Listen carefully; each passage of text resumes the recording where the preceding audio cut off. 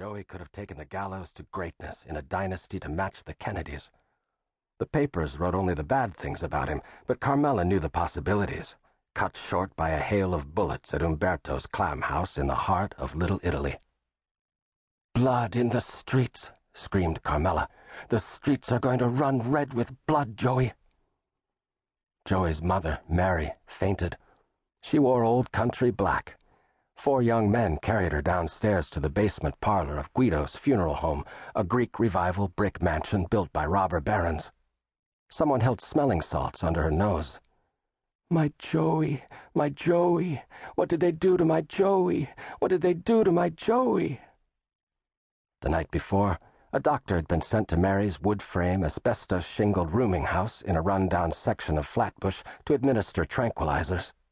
He walked in and saw a bunch of guys standing around. He was told not to say much. "What happened to her son?" asked the doctor. "He had an accident," said one of the guys. Mary's portly and bald 71-year-old husband now sat on a chair in the corner of the funeral parlor. "He's all right," remarked an onlooker. "Don't worry, he's been ready." According to an FBI informant, Umberto, the bootlegging father of the 3 notorious Gallo brothers, raised his sons to be hoodlums and killers, encouraged them in their criminal activities, and influenced them to remove all competition in their illegal enterprises. His eldest, Larry, was buried with a thick purple ring around his neck, seared into his flesh by a manila cord. The baby of the family, Kid Blast, was the last living son. Handsome, with thick mutton chops down his cheeks, Blast dutifully attended to his grief-stricken mother. Mary cursed at a woman whispering consolation in her ear and renounced the heavens, shouting, Jesus Christ, you know I don't believe in Jesus Christ." On this clear blue Sunday in South Brooklyn on April 9, 1972, 200 mourners filed into the Morgan Room to say goodbye to Joey. Jacques Levy, the shaggy-haired director of the madcap off-Broadway play Scuba Duba, stood before the bier.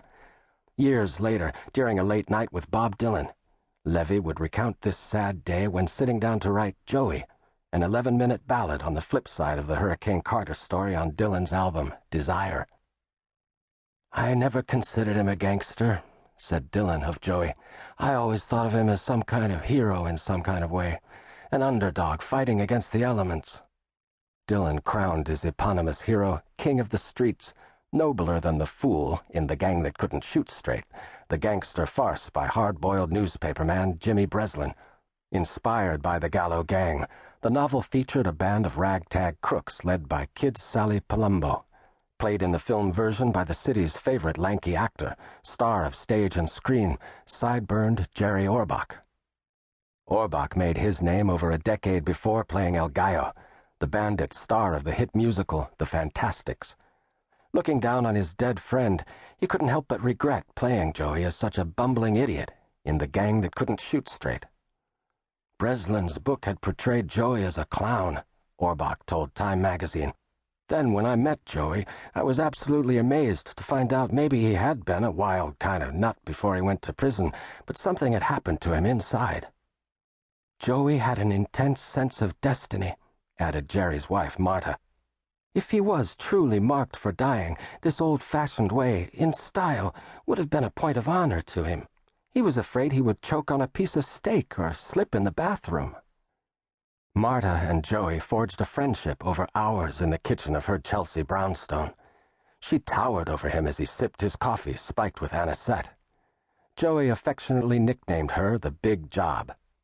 "I loved Joey. I've said that from the moment I met him.